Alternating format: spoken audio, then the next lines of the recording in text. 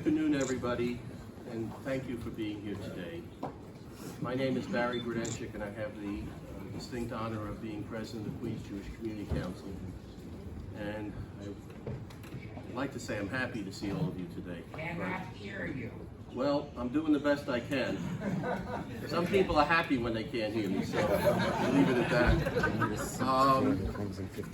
start the program today. You're going to hear from some elected officials, some other members of the community. But before I introduce Rabbi Tomer Zino of this congregation, it's my privilege to introduce the Executive Director of the Queens Jewish Community Council, Rev. Mayor Waxman, just for a few words.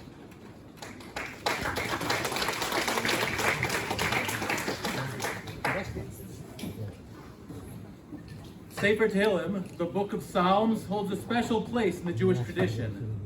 It's our go-to book during times of joy when our hearts are overflowing with gratitude to Hashem, and its words of comfort and consolation are a balm to an aching heart during times of trouble. In addition, we traditionally turn to Sefer Tehillim to prevent problems from occurring or to obtain relief. For instance, the Chidah, Rav Chaim Yosef David Azulai, writes in his commentary to Tehillim, Yosef Tehilot, that saying Tehillim regularly repels calamities and diseases. In some painful ways, it might seem we're too late for that relief. But in other ways, not only do we recite Tehillim to relieve our current pain, but also to show awareness that without God's intervention, things could still get worse. The Tzemach Tzedek, the third Lubavitcher Rebbe, says, if you only knew the power that lies in the verses of Tehillim and their effect in the celestial heights, you would recite them all the time. Know that the chapters of Tehillim break through all barriers and soar aloft from level to level unimpeded. They intercede before the Master of the universe and secure their effect with kindness and mercy. The 13th century Kabbalist Rav Yosef Dikatla explains that Tehillim are called zmiros, which we tend to think of as songs because they're like mazmeros, pruning hooks, mentioned in Yeshayahu. They scatter and cut the evil from those fearful places. Therefore, while some prayers may be answered at once, perhaps others require more days of pruning. So, with this mix of pain and optimism, and for some of us faith, and for others among us it's just a strong sense of fealty to tradition. But for all of us, an abundant feeling of unity that we now, I'll ask David to introduce the rabbi who will say more than Hillary. Sorry, very. Thank you, Reb Mayor. We are honored to be here today with Rabbi Tomer Zino of Congregation Beth Gavriel. Rabbi, I want to thank you on behalf of all assembled and really the entire Jewish community of Queens for inviting us in today for this service. The Rabbi is going to recite some Tehillim and give some remarks. So Rabbi Zino, please.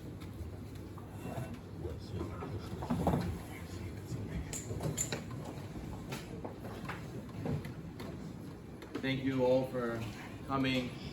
It is a pleasure for Congregation Beth Gavriel to host such an event, to see everyone get together. It is, like we said before, bittersweet. Obviously, we would want to be here for a good reason. We want to be here for a happy reason. Sadly, we lost 6 of our fellow family members of the Jewish people, hostages who were about to be saved. The soldiers were about to be there, and sadly they were taken out of our hands, and we are gathered today to show our solidarity, to go and show our fellow brothers and sisters that we are with them. I'm going to say 2 chapters of Tehillim in order that it should be that their death should not be for naught. It should be that we learn something, we grow together, we come closer. It should be that in their merit we'll say these Tehillim, and their neshama should be in the highest parts of Gan Eden.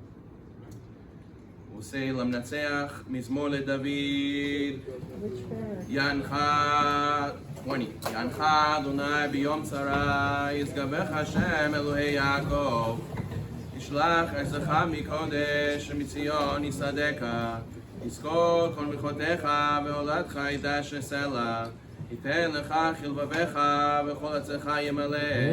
נרננה בישועתך משל אלוהינו נדגול, ימלא אדוני כל משאלותיך. עתה ידעתי כי יושיע אדוני משיחו, יענה משמי קודשו בגבורות יש ימינו. אלה ברכב ואלה בסוסים, ואנחנו בשם אדוני אלוהינו נזכיר. המה קראו ונפלו, ואנחנו קמנו מתודד. אדוני יושיע, מלך יעננו ביום קוראנו. Chapter 23. מזמור לדוד, אדוני רועי לא אחסר.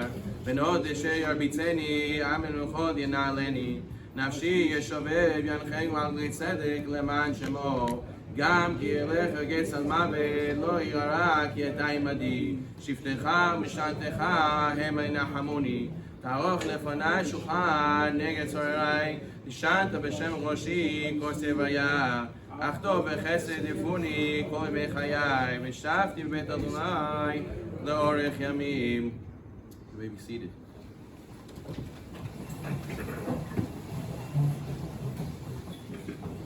We just read that even if I'll go into the valley of death, I'll not fear any evil. Because God, you are with me. Your rod, whether it be your rod, your evil decrees happen in the world, or whether it be your supporting arm, both of them console me. We know that God does no evil, and there's always the good that comes out of all of this, whether it be that we are gathered here today and we become more united, or whatever reason it may be. But Hashem is sending us, God is sending us a consolation. God is doing something in the greater scheme of things, the next step to the better place. We have a teaching, our sages teach us that it's better to have a good name than to have good oil. Tov Shem Mishem and Tov. What does that mean?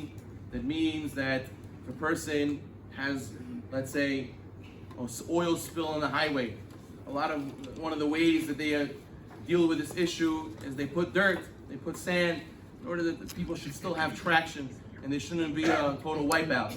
But at the end of the day, if the person has a good name, even if you put it 6 feet under, that person's name continues. The dirt cannot mitigate the person's good name.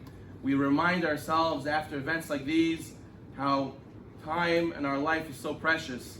We cannot take anything with us to the next world. But we can leave this place a better place. We can leave this place with our legacy, our good name, and hopefully the Jewish people will come more and more together. And we should be together again like this for good occasions. And hopefully in the future we will not see any more calamities due to the unity of the Jewish people. We'll not see any more calamities, not for us, for anyone in the world. Amen.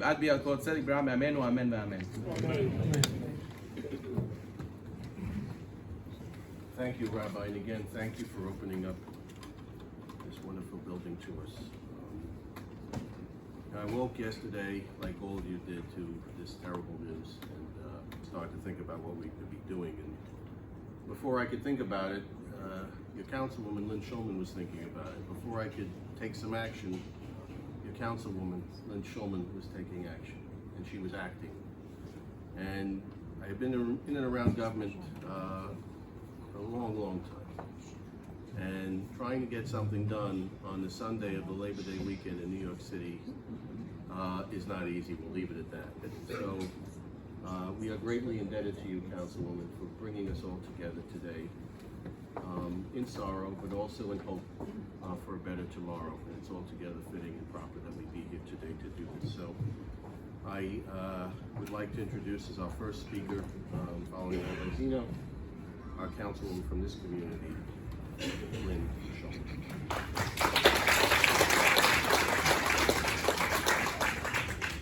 I can speak really loud. Now, I didn't know. I was up at 3 o'clock in the morning and started seeing some of the news of what was happening, that there were hostages that had been killed. And then I saw the news later on. I'm going to read Hersh, Eden, Carmel, Almog, Alex, Ari. They weren't, some of the news media said that they had quote unquote died. They were not just murdered, they were executed. According to preliminary unofficial reports. The IDF was 5 minutes away in the tunnel to get them. And Hamas found out about this effort and shot them point blank in the head. Every single one of them.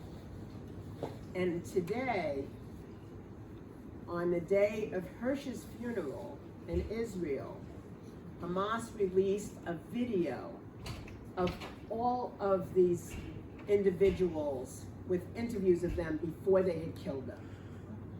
How barbaric is that? I am standing before you, I am very sad, but I'm also angry. I'm angry that this is the umpteenth vigil that I've been to around this in the last year. I'm angry that more isn't being done. I've been to so many rallies with families of the hostages. And not everybody is angry. The folks that are here are angry. Folks that are here are sad, but not everybody is, and more people need to embrace what we're trying to do. We need to bring every single hostage home. And so and you know what? We need to, Hamas needs to be destroyed, totally destroyed. And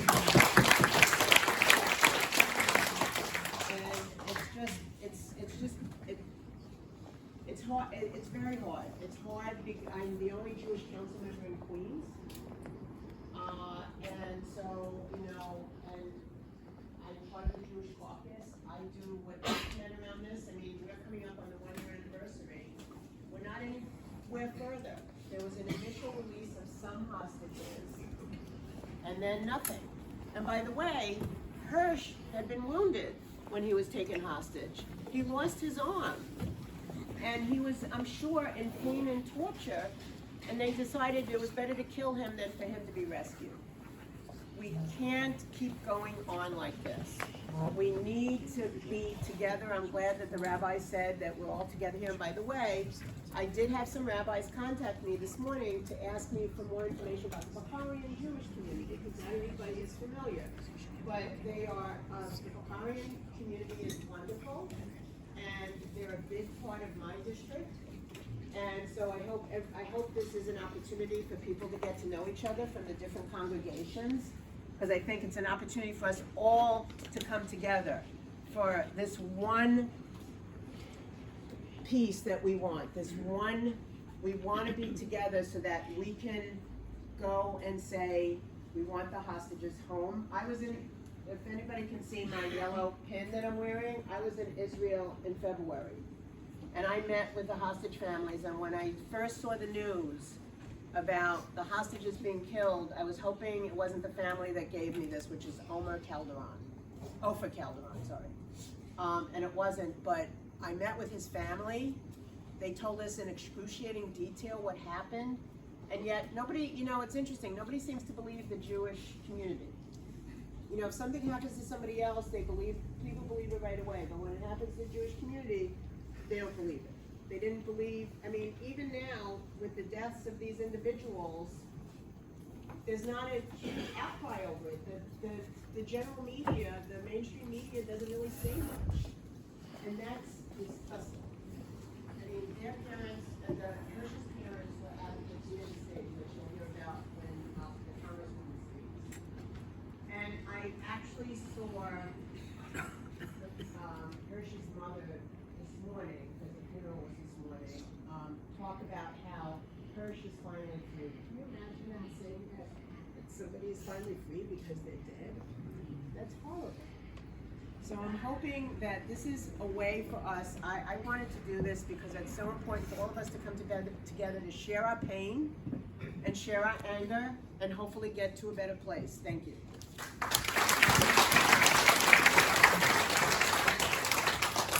Thank you, Councilwoman, and thank you again for bringing us all together today. We now have the privilege, the honor, she's my friend, but I gotta say nice things. All friends up here. Grace Meng is our Congresswoman here, and nobody has been more supportive of our community nobody more caring.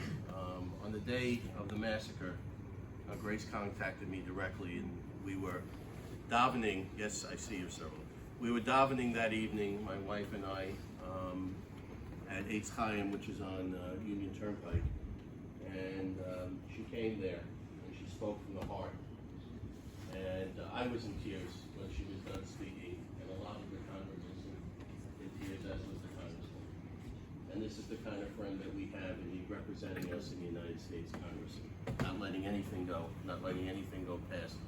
So it's my great privilege now, and she's also one of the organizers of today's event, my congresswoman, my friend.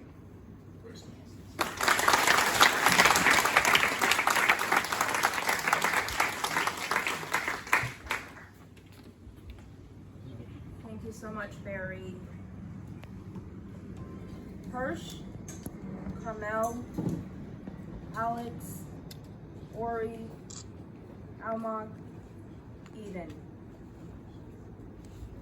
Like all of you, I am devastated by the murder of these 6 hostages. We will continue to repeat their names in the days and months ahead, and they will never, ever be forgotten. I've had the privilege of meeting Hersh's parents multiple times. They have been to Washington, D.C. in the midst of their heartache and grief multiple times, not just to advocate for Hersh's return and safety, but for all of the hostages. And I will tell you, not until the day of the convention, when they had a national and global stage, did I ever see Hersh's mom cry. I never saw her shed a tear in the midst of her talking about her son, who had been missing for almost a year. She was so strong and resolute to fighting for everyone. I never saw her shed a tear. And she was overwhelmed by the reception that she got that night. And I just want to say that my heart aches for their loved ones. And I ask you, all our Queens families, Jewish and non-Jewish, all New Yorkers and all Americans, to join us in keeping their families and friends in your heart and prayers at this very extremely difficult time for them. Thank you so much, Lynn, for organizing this vigil here in our borough. And thank you, Rabbi Zeno and Beth Gavriel, for hosting us and for all the good things that this shul does for our shared communities. Thank you, Lynn, for bringing us together this afternoon. And like Barry said, it's a holiday weekend. I was in the middle of church sermon, and Lynn, Sunday morning, was making calls in between her zillion events without much staff support because it's a holiday weekend. I offered to staff Lynn this weekend. She was making calls, and on such short notice was able to, with our Assemblymember Rozic, gather so many people here in this room. And sometimes we don't immediately have the answers and the solutions. We don't know exactly what to do, but we know the importance and the necessity of grieving and mourning collectively with family, with the people that we feel the most comfortable and safest with.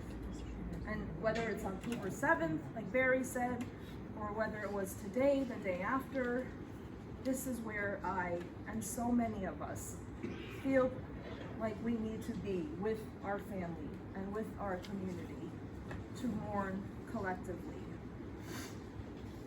For the victims, may their memories be a blessing. They were innocent people who were simply living their lives. Most were just enjoying a dance music festival when they were taken captive. They did not deserve to be held hostage. They did not deserve the horrors that they were forced to endure. They deserve to be brought home and reunited with their loved ones. When I first met Hersh's parents, I told her, the mom, that I can't wait to meet Hersh. For our family members, there are no words that can ease this unbelievable pain that they are experiencing. I just want the families to know that we, Jews and non-Jews, continue to be here for them. And we stand with them as they mourn and grieve this horrible and unfathomable loss. And Lynn, even if everyone does not feel or realize it at this moment, that is all the more important why we need to publicly express our love and support for them. But we also need to condemn these barbaric and heinous murders that were committed by Hamas, a terrorist organization that is pure evil, that has the choice to end this today and to return our loved ones. We must not forget about the hostages who are still in Gaza and the importance of securing their release, defeating Hamas, and ending this war. America and Israel share an unbreakable bond.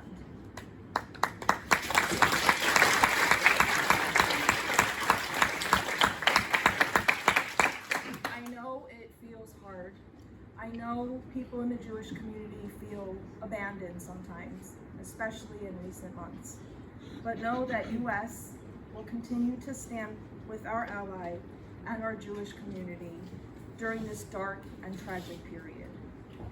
So thank you, Lynn, again, for putting this together in such a compassionate and important way this weekend. Thank you, Neely. Thank you to all my colleagues in government, Assemblyman Sam Berger, Assemblyman David Webrin, for including all of us as we mourn together, but we will work until we can bring them home.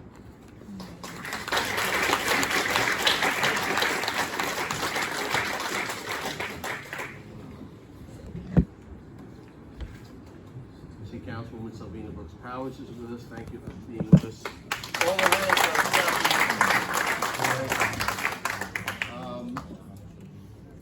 Lynn had one other compatriot in planning this event, and young person. Okay, still with her. Karen, you might never have heard this from me before, Yes. but speak up. Okay. I got a text early yesterday also from the next person who's going to speak. She was very concerned. She is the first Israeli American elected to the New York State Assembly. She's formerly my constituent. I'm retired, so do what she wants now, but she was my constituent. She recognized the great need and worked with Councilwoman Schulman and Congresswoman Meng to bring us all together today. So it is now my great pleasure to introduce Assemblywoman Nily Rozic.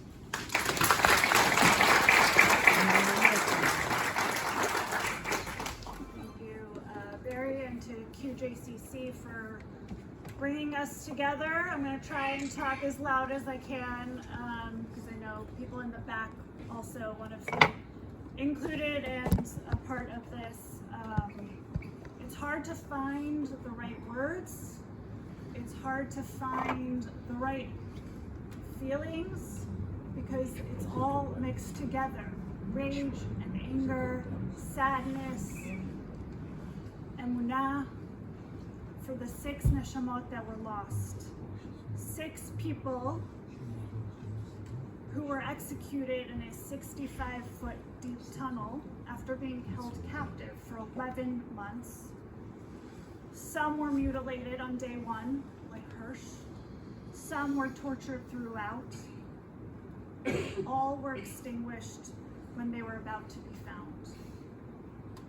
Now, I never knew these people personally. Many of us didn't. Yet their faces sit at our Shabbat tables. They sit in our congregations and in our hearts for almost a year. We know their stories, We've learned about their passions, their accomplishments, their ambitions. We know their families' names. We know which of their family members have also been murdered, which of their families were traveling all over the globe, raising up their voices, which demonstrated every day for them. I also know which of my family members are in Gaza and in the West Bank fighting for Israel, fighting to find other hostages and bring them home. These 6 people were executed because we almost found them. What a display of pointless and barbaric evil after mercilessly torturing them for over 328 days, 330 days, we don't know exactly. Moving them from tunnel to tunnel, home to home to keep them hidden, reducing their existence to mere political bargaining chip. Only then to kill them anyway, when they knew we were so close to saving them. Every single Jewish person in this room and otherwise has an obligation now to stand proudly and solidly in our light, not shying away from our Jewishness so that we don't offend anyone. I don't care how other college students feel, or how really any people feel about Israel or Jews, because we know what our story is. We know what happened to us in centuries past, and we know where the truth is. We know which nation stands in the light and which doesn't, and we will do it. Hersh, Evan, Mel, Almog, Alex, and Oleg.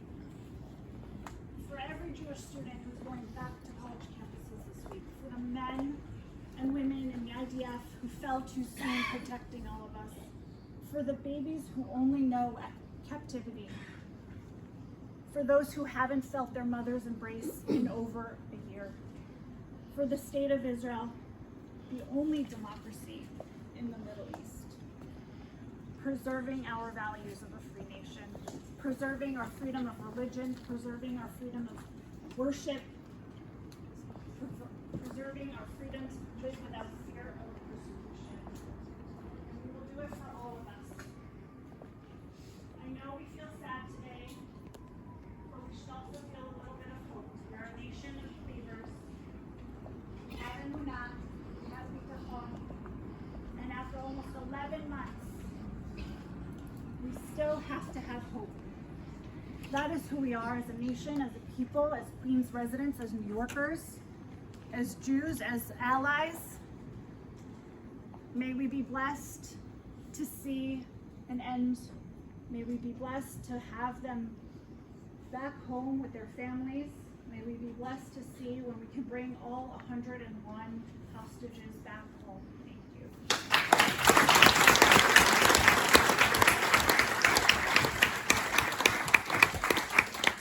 Thank you, Assemblywoman, for those wonderful words.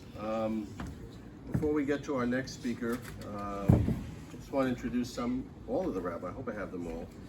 In no particular order, Rabbi Daniel Wolpe of the Flushing Fresh Meadows Jewish Center, Rabbi Hillel Lavri Israeli of the Israel Center of Conservative Judaism, Rabbi Avram Hecht of Project Lead. Nily says you should stand up as I introduce you if you're so inclined. If not, that's okay too. Rabbi Daniel Pollack of Congresswoman Grace Meng's office, Rabbi Michael Miller, who you'll hear from a little later, of the CEO Emeritus of the JCRC, Rabbi Yaniv Miro from Hazak, Rabbi Mark Heiserman from the Reform Temple of Forest Hills, Rabbi Judah Carvel of the Queens Jewish Center, Rabbi Chaim Schwartz of Yeshiva Chofetz Chaim, and Rabbi Eitan Schnoll of the Young Israel of Hillcrest, where I was bar mitzvah, and Rabbi Daniel Graber of the Forest Hills Jewish Center, that you'll be hearing from in a little while as well. At this time, we are privileged to hear from the District Attorney of Queens County. I would give her an introduction, a long one, but I think most of you have known her for quite a while. So I am going to spare you that and just tell her she's a dear friend of mine and an outstanding District Attorney, our District Attorney, Melinda Schulman.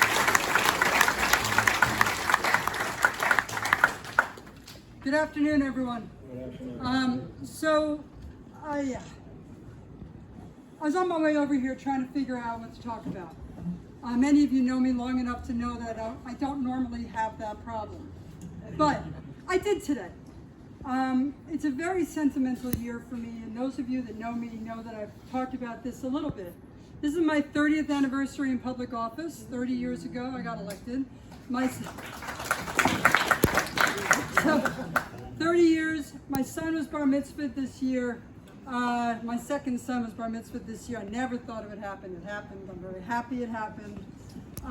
But you know, I've gotten a little bit sentimental. I'm now the borough-wide official here in Queens County again. I was the borough president, now the district attorney. And so many of us have been through so many years together. And we've been through so many battles together. And we stood in front of the Kew Garden Hills Library so many times. I went to Israel. Everyone has their Israel stories, and I know that everybody has a story to tell. One of my stories is going there during the Intifada with the council, with David Weber, with Jim Gennaro, with a lot of different individuals, Jewish, non-Jewish. We wanted the world to see, when they were elected officials, what Israel was going through at the time. That was so many years ago that was happening. And there wasn't a lot of people with us. There wasn't Selvina Brooks Powers with us. We didn't have a Grace Meng, a great congresswoman, who, by the way, just so you know, when you speak to Congresswoman Meng, remember she handles the money. So, just saying, for foreign relations. So we got to make sure we know that and understand that, how important that is. We have great council members like Lynn Schulman and assembly members like Nily Rozic and everybody that came here in support. But aren't you a little tired of doing this all the time and angry about the fact that we have to keep coming back? Angry about the fact, as the councilwoman said, we keep having to convince the world that we're on the right side? And maybe I'm turning 60 next year. I turned 59 2 weeks ago. So I'm getting a little annoyed in my old age, and I'm getting a little bit retrospective on it. I remember going during the Intifada and standing in front of the Kew Garden Hills Library with all the elected officials, talking about what was going on over there. And we're still doing it. And now we have hostages that are being killed, and we're still coming together to talk about it, to make sure that the world realizes it. I wrote an op-ed a few months ago, you can look it up. It's about the women who were raped on October 7th. And since I've been in the business a long time, I'm allowed to say this. There's so much outrage from the women across the world on so many things. Why is there no outrage when it's Israeli women?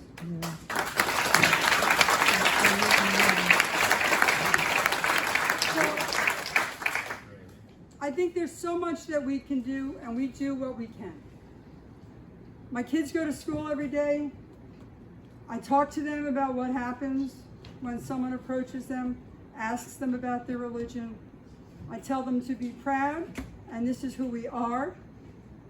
But what parent isn't thinking about that when their kids are going to school, or when their kids are going to the movie, or when they're wearing kippot, or when they're out there in the world where people don't believe? And it's important lessons to learn. And so my life here, I deal with anti-Semitism, I deal with murder every day, I deal with sex abuse charges every day, I deal with assault every single day, and I deal with hate crimes every single day.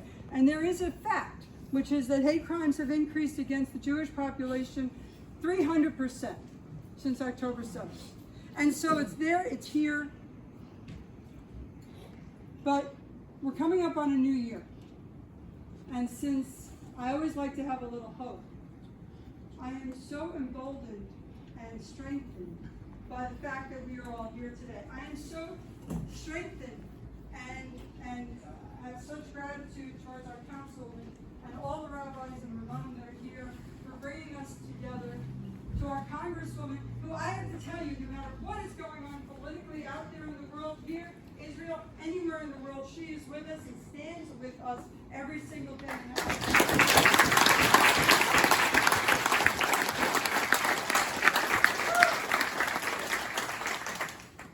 Not an easy task all the time. She doesn't. So, Lynn talked about the fact that she's the only Jewish councilwoman from Queens. Surprisingly, I think I'm the only Jewish DA on the state. I think, from what I can tell. And so, you know, maybe there's a little bit of an added incentive to that, but it is an interesting time where the conversations lead us to at times. So, look, those are just a few of my thoughts. My heart goes out to all the families, you know, that are held hostage still. It goes out to all the hostages that are being held. It goes out to those that are standing and fighting for them every single day. But I have to tell you, not only does my heart go out to the hostages, but to their families. I can't even imagine that distress when it's your children or your parents or your siblings. God willing, we'll never know. But there are those families that do. And we stand together, we come together, and if no one else listens, we stand together and shout loud. Thank you very much.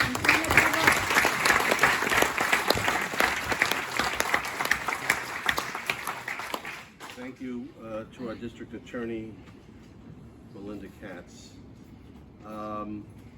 Somewhere out there, I haven't seen them lately, somewhere out there. Hello, Chief Taylor, how are you too? Sam Berger, don't let his youthful look inexperience you, confuse you, excuse me. I've known Sam's family for a very, very long time, especially his father, David. But he's here today. He also worked with Councilwoman Schulman to help organize this event, and I am going to call him up right now to say just a few words. Thank you. Senator.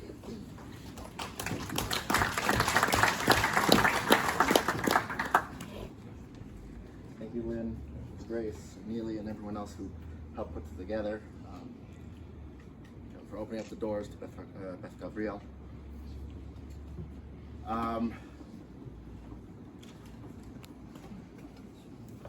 At the beginning of the state's legislative session this year, in January, my colleague, Assemblymember Rozic, handed out posters to many of us to raise awareness about the hostages, to put in front of our offices. It helped sort of, I think, weed out, you know, who came into the office, which groups came. But tomorrow, I'll be having 2 posters taken down for Ori and Almog. I remember several months ago sitting with my family when we saw footage that was released of Hersh, captive. And we all sat there and we were sobbing. And we didn't know Hersh. But it didn't matter. The way that I was raised is that every Jew is mishpacha. Every Jew is family. Today, the entire Jewish community mourns the loss of our family.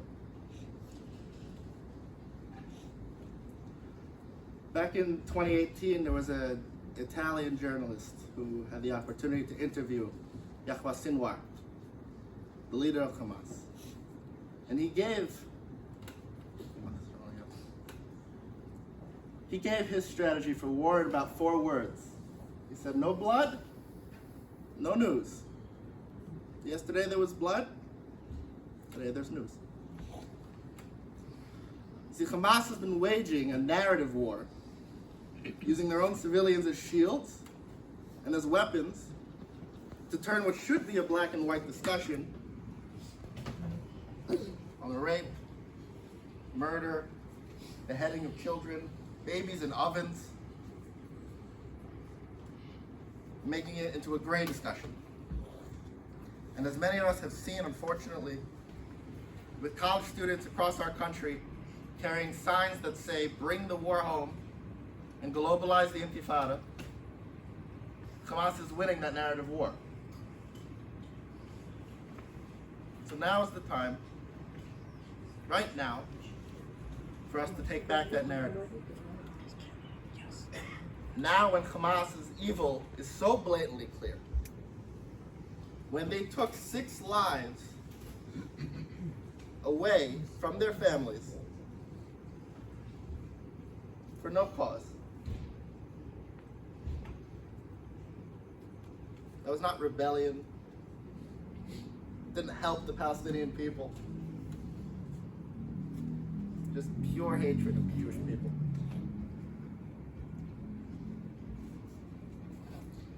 Now is the time to make it clear that the blood of every single life lost, both Jewish, Palestinian, and everyone else caught in the crossfire, is on the hands of Hamas. This war is on the hands of Hamas. And to those who would like to bring this war home to America, to those who would like to go beyond our First Amendment right to protest, America is not afraid. The Jewish community is not afraid. And you, along with Hamas, will be held accountable for your actions. Hashem bless us. Help us.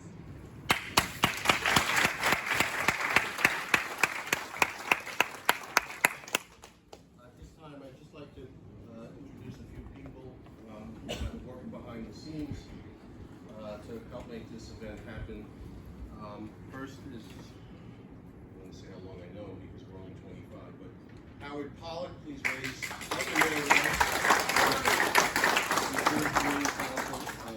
Jewish Community Relations Council of New York.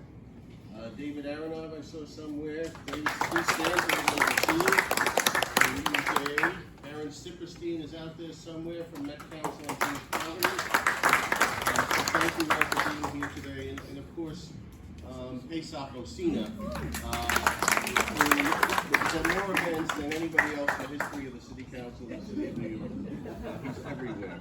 So thank you all for helping out today. We are happy to have with us today the Rabbi of the Forest Hills Jewish Center, Rabbi to many in this room, knew his father, so I know him, Rabbi Daniel Graber. Please, Rabbi, come forward.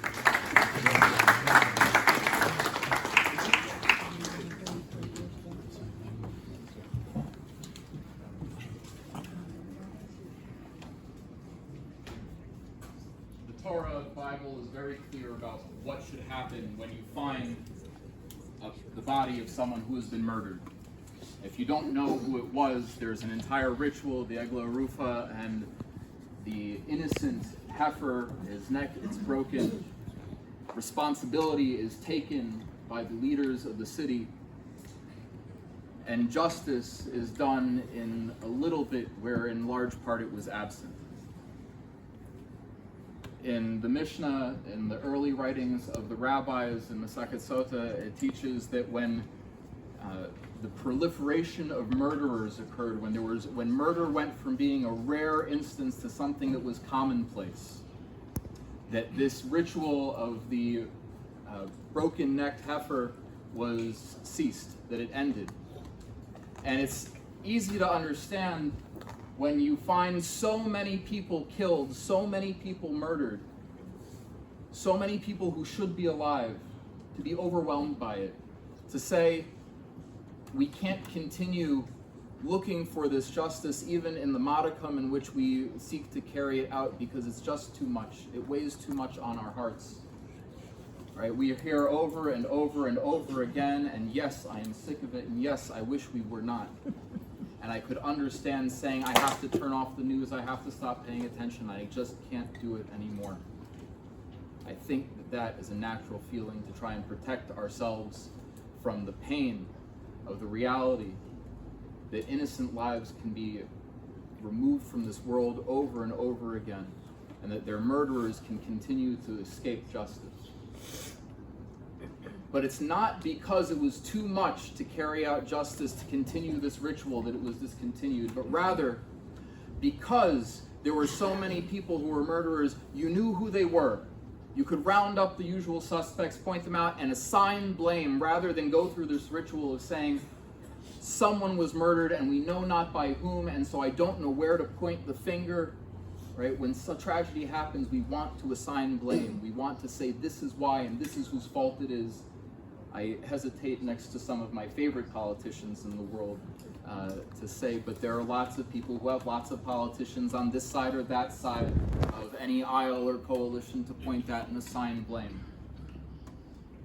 But as we move into this season, starting this evening, the month before Rosh Hashanah, where we are always thinking about Shuvah, of return, physical return of the hostages, a spiritual return to ourselves and our best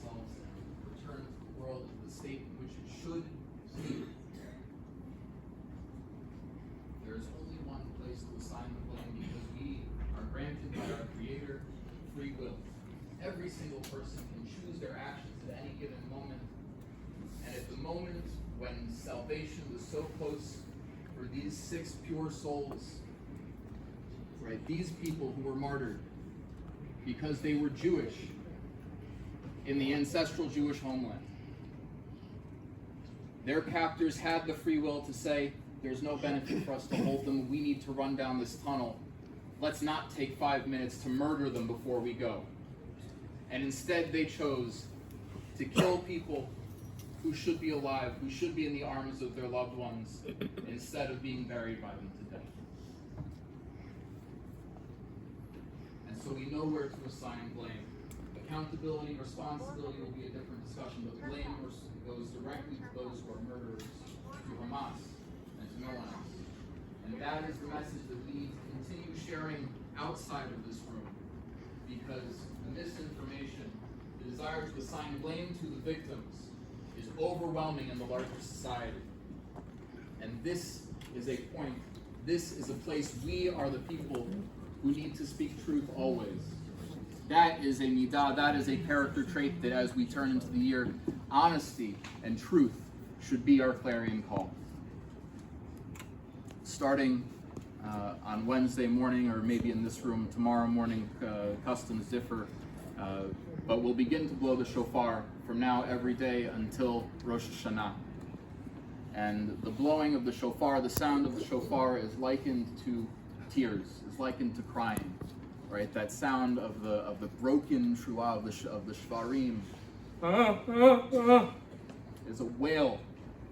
You can hear bereavement in it, but it is loud. It expresses that pain of the brokenness of the world and the brokenness that we currently all feel. But little by little, at the end, that last blast of the shofar is Tiyag Dolah. It is one solid, unified blast. One call, one sound for a world that is better, for a future that does not mirror the past, but rather is a return to the true nature of peace and love, where human beings use their free will to make only good decisions, to recognize each other's humanity.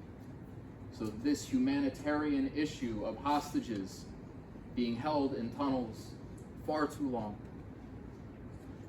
that it should end. We can all, in our unity here, sound that call together. May the one who brings peace to the world bring peace down to us. Oseh shalom v'malchi yaseh shalom aleinu v'al kol Yisrael v'al kol yoshvei tevel, to all of the Jewish people and to all of the inhabitants of the world. Let us say amen. Amen.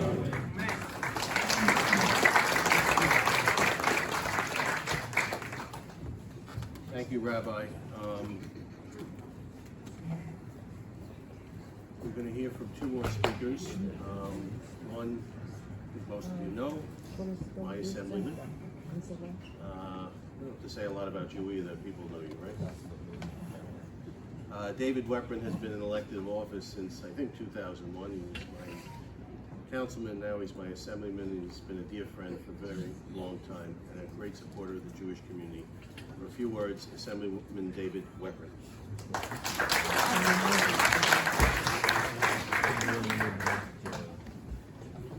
There's not much that I can add. We're all together in mourning, in shock. I actually, very early on, after October 7th, lost my second cousin, my first cousin's son, was killed in Gaza about a week after October 7th. I know everyone here has been affected through a family member or through people we know, from a lot of different places. So there's very little that can be said, but of course we have to get the word out of the evil of Hamas. There's no moral equivalent. It's not good people on both sides of the issue. It's clearly one-sided. There's no moral equivalent, and we have to do everything we can to get that word out.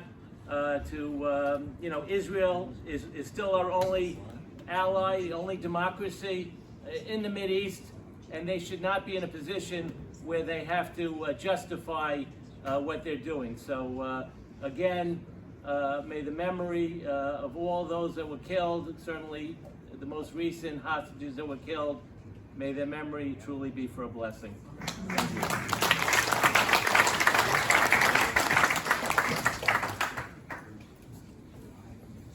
Thank you, David.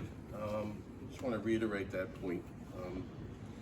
These people, 6 names that you're going to hear soon, and that we already know, they didn't die. They were murdered. They weren't executed. Executed people are, after a judicial process by a legitimate government, they were murdered.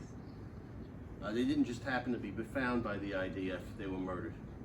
And we were so close to rescuing them.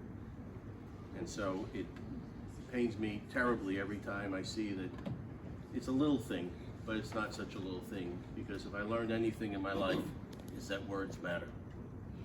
And our message today to all those who don't like the Jewish community is that we're here in Queens, we're here in New York City, we're here in the United States, and we are not going anywhere, okay?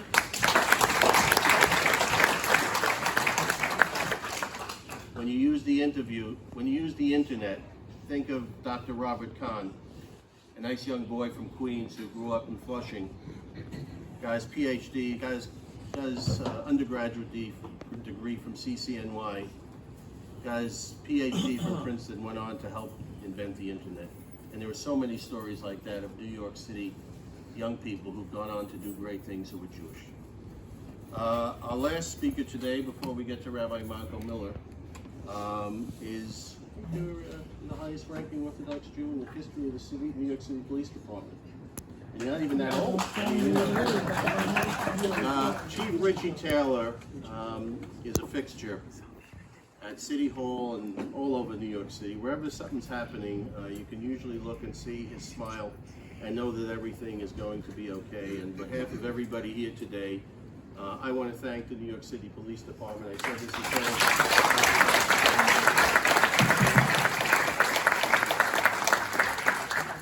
that in front of the mayor when we met with him a few months ago. The QJCC met with him to talk about security at our synagogues. But I really mean it, because they are everywhere. Oh, look at this. Better late than never, right? Better never than late. All right, now I can talk. So I want to thank you, Richie, and ask you, Chief Taylor, to say a few words.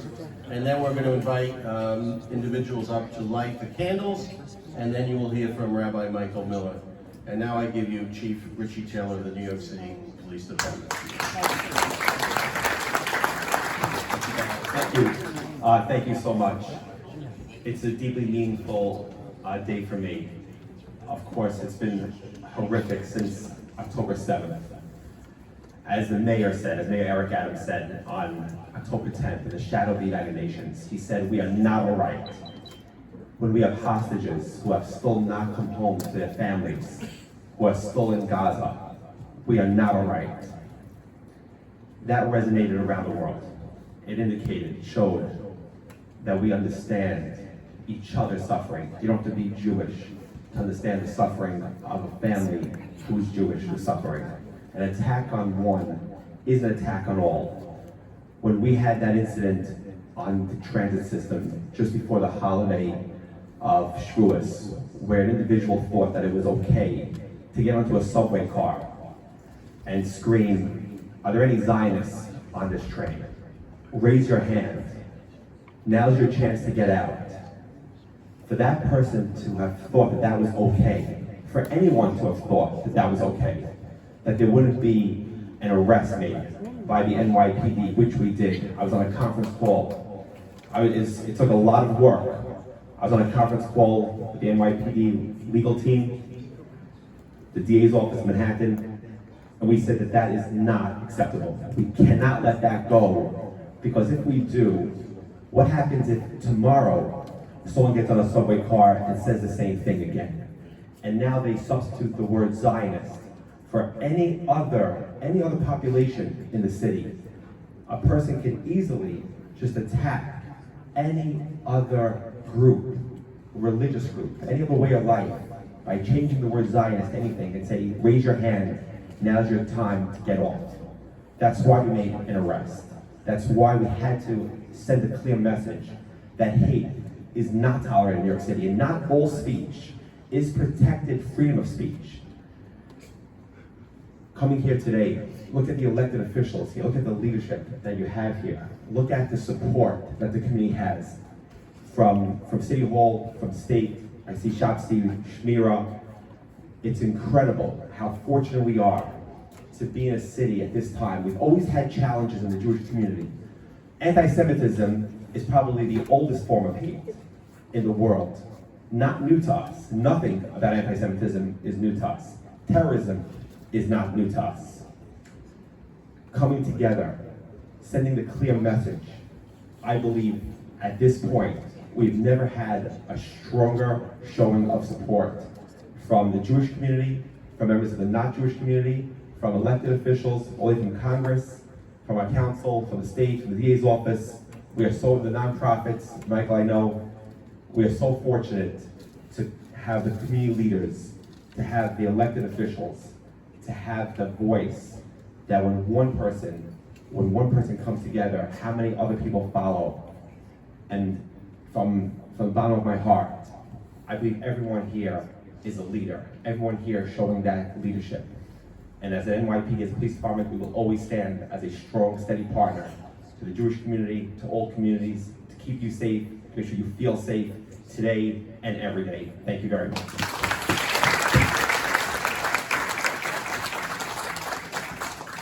We have one added speaker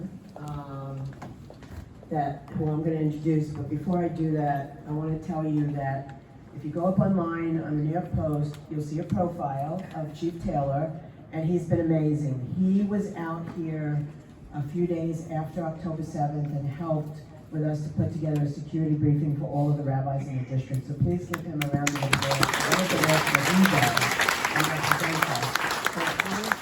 I'm going to introduce a colleague of mine, Selvina Brooks Powers. So let me just tell you a little bit about her. I met her, she won a special election. I met with her in her district, and she was really amazing, and she's done a lot, but I want to tell you even more than that. So, you know, being Jewish is difficult. Being a Jewish elected official is difficult. And Selvina is one of my colleagues who embraces me as a proud Jew, and I'm very grateful for that.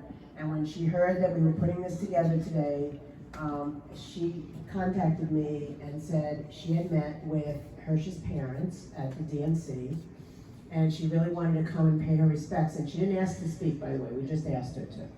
So I want to welcome, with great pride and love, my colleague, Selvina Brooks, Councilmember Selvina Brooks Powers.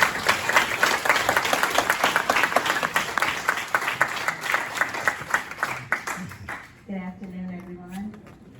And I will be very brief. I want to apologize for my appearance because in church we do not come into the pulpit in sneakers.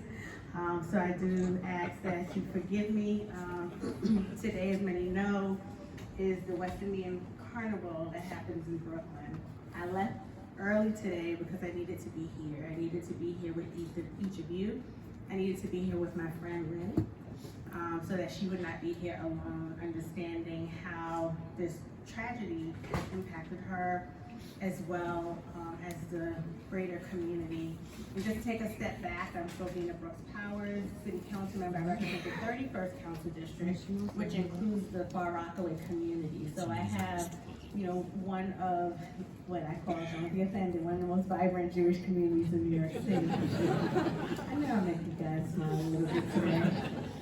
But in all seriousness, this whole ordeal has been extremely heavy.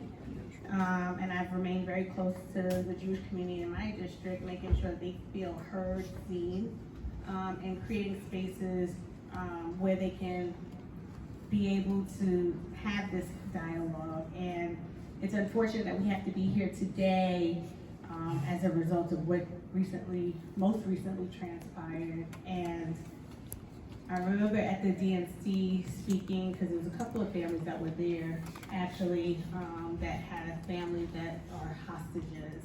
And I remember speaking with one family member and saying, you know, I'm not Jewish, but I'm Christian. And she reminded me, we have the same God. And it's true, we call our God someone very different, but at the end of the day, we all know there's a higher being. We know that we're supposed to live our lives a certain way, to care for one another. And that is the light that continues to be a guide for me in terms of how we work across different communities, and know that in this difficult time, this time of pain, to allow these memories of these people who were murdered to be a blessing, and for us to use that as a guiding light on how we move forward beyond this day. But again, thank you so much for the opportunity. Thank you to my colleagues in government, and I am here as an ally. Thank you.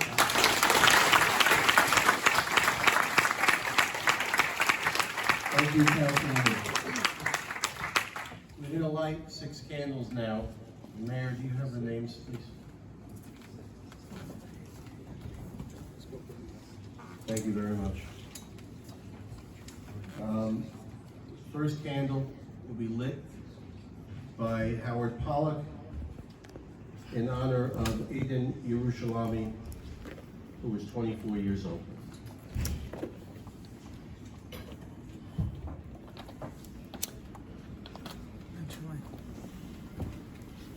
The second candle will be lit by Rabbi Meir Waxman in memory of Almog Sarusi, 26 years old.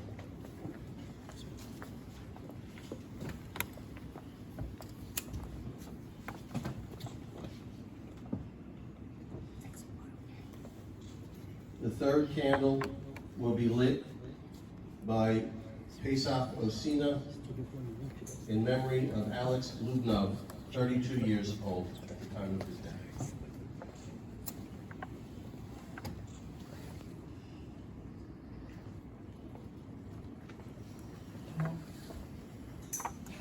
The fourth candle will be lit by Aaron Sickerstein of the Met Council in memory of Ori Danino, 25 at the time of his passing.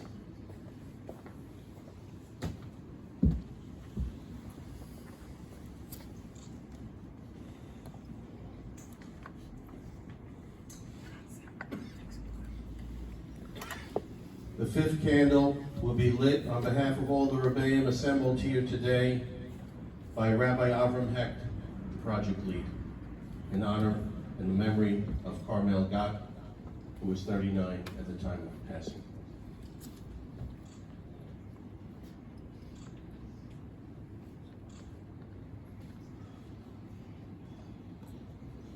And the last candle, in honor of Hersh Goldberg-Polin, 23, I'm going to ask all the elected officials and Chief Taylor, with Councilwoman Schulman leading the way, to light that final candle in honor of Hersh. May his memory, and may the memory of all those who passed be for a blessing.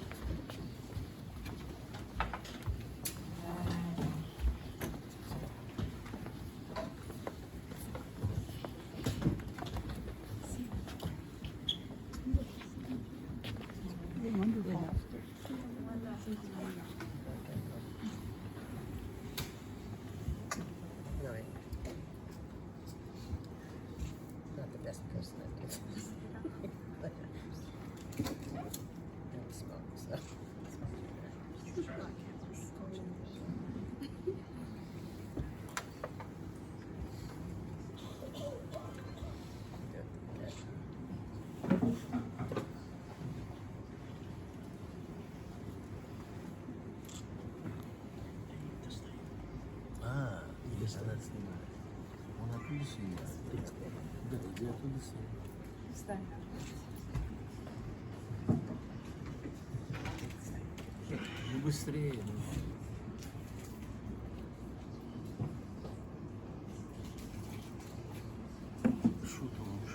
All right, thank you very, very much.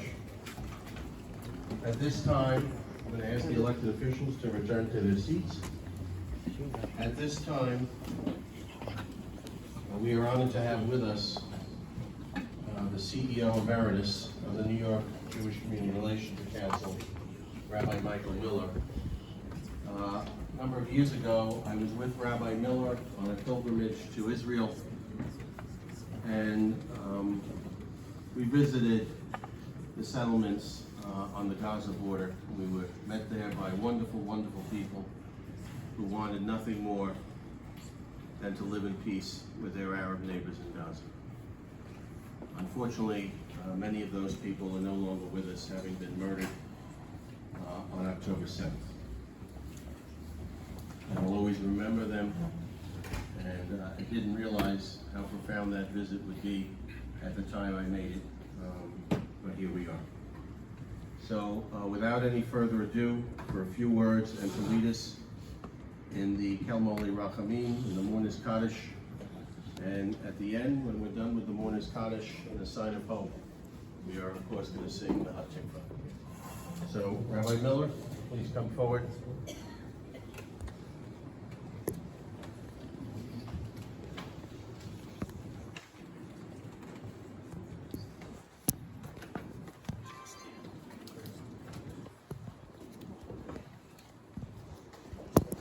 I wasn't planning on speaking, nor was I planning on saying a few words. I just merely want to say before I pray, together with you and all of us, that many of us, including myself, have family in Israel. I have 10 grandchildren in Israel. So saying a memorial prayer is challenging enough, but most importantly, we're going to end the program with the singing of the Israeli national anthem, which is entitled Hatikvah, which means the hope. So for as much as we grieve, for as much as we mourn, we, the Jewish community and our friends who are not of the Jewish faith, we have hope. So as you concentrate on the words which I'll chant in Hebrew for the Kil Mali Rachamim, the memorial prayer, I'll translate them into English. We'll say the Kaddish in the original Hebrew Aramaic and sing Hatikvah in the Hebrew. Focus clearly on offering our condolences and our comfort to the families of those who are grieving,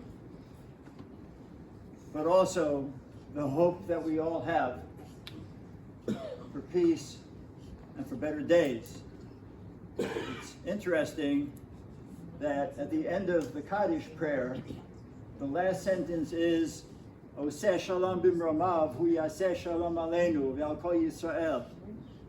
God who makes peace on high, may he make peace for those of us who are on this earth. And from there we transition into Hatikvah, into the hope. The hope is one for peace. The peace from the heavens should descend upon all of us and upon our brothers and sisters in the state of Israel. Please rise.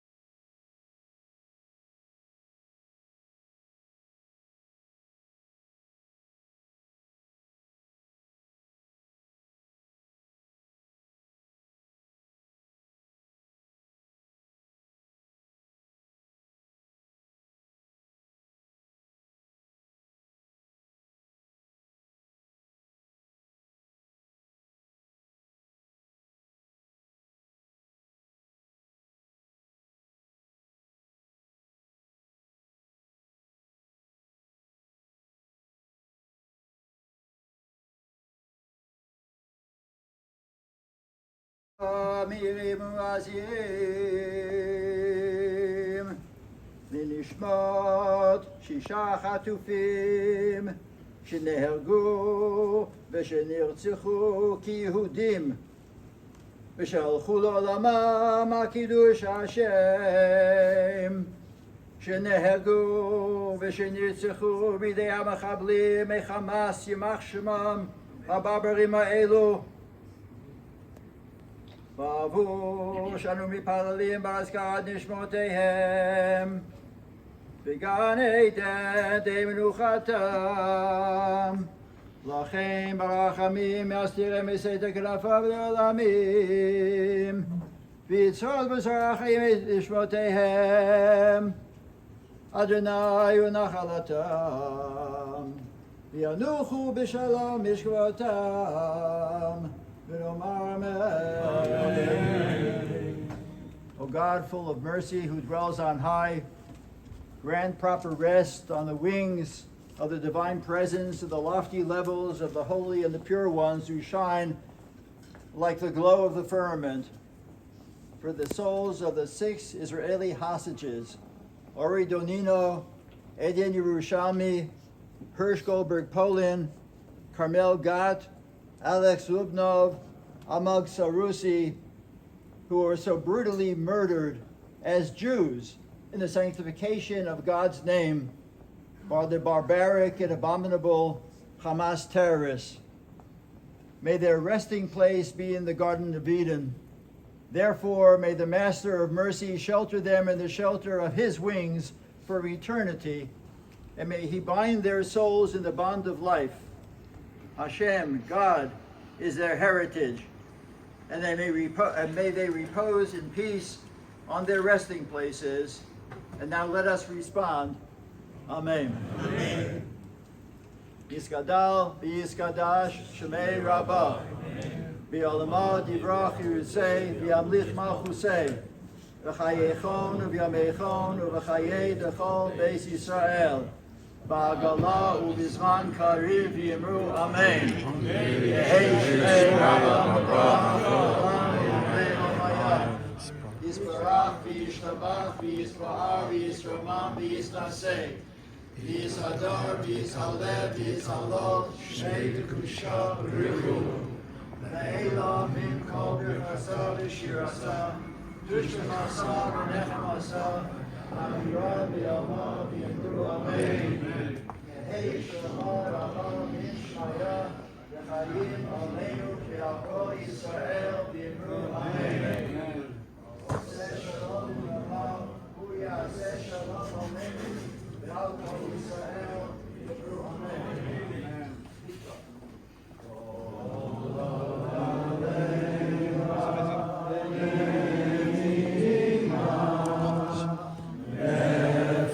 Yehudi Omia Ulefatei Mizrah Kadima Ayin L'Tzion Sophia Olam Datik Matenu